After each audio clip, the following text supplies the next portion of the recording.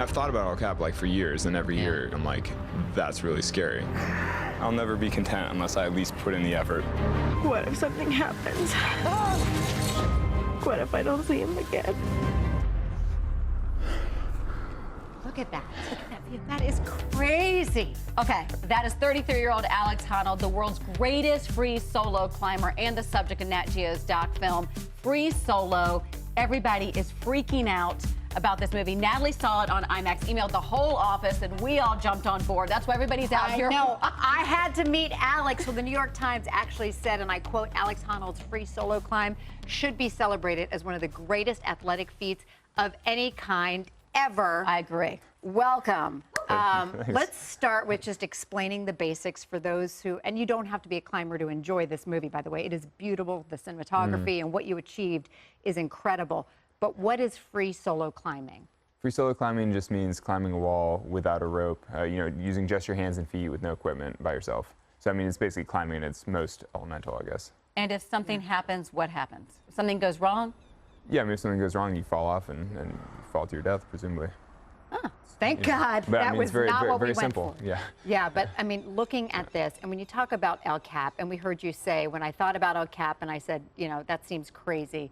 In fact, Tommy Caldwell, who's featured in this, who climbed the Dawn Wall at El Cap, says it in the movie. It's crazy to think that you could achieve this. Why is it so crazy?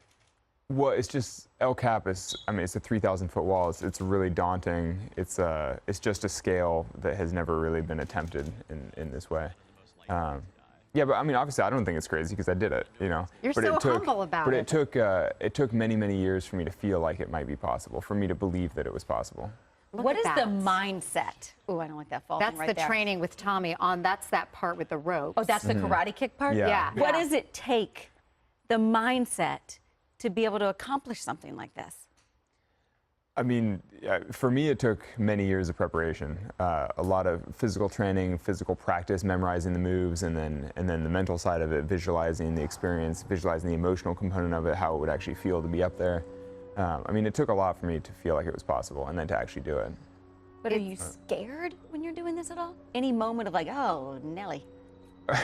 Well, so when I actually successfully did the climb, I wasn't scared, really, and it all went very smoothly.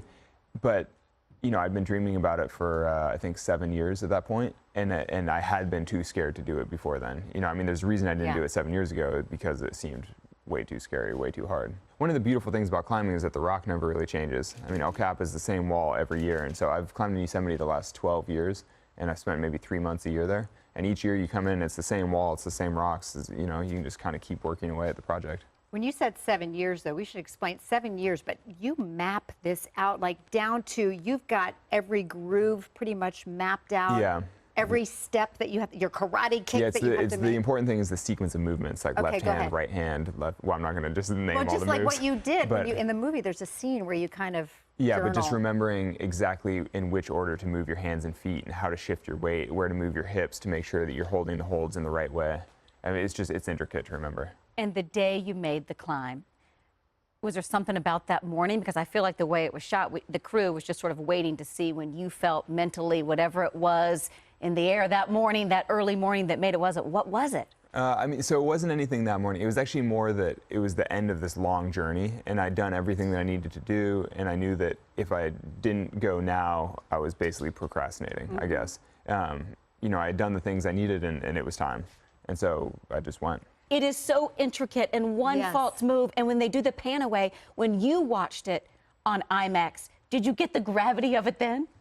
Yeah, I mean, honestly, when I saw it on IMAX for the first time, which was just last week, I felt like it was so much more immersive and so much more. Unbelievable. Yeah, I had to do a Q&A after seeing it on IMAX the first time, and when I came down in front of the audience to do this question and answer session, I kind of needed about 5 minutes to sort of come down a little bit and relax after the ball. I was like, that was so intense. Like, seeing it on the big screen really makes it feel so much more. And they show you you're so little and how vast. It's like, hold on. I'm telling you, if you're queasy when it comes to heights, but there's no experience like watching it in the IMAX. This movie, you have to see it. I mean, you can get it. Certainly the bigger the screen, the better. Yeah, the bigger the screen, the better. And you get that full panorama of how beautiful that is.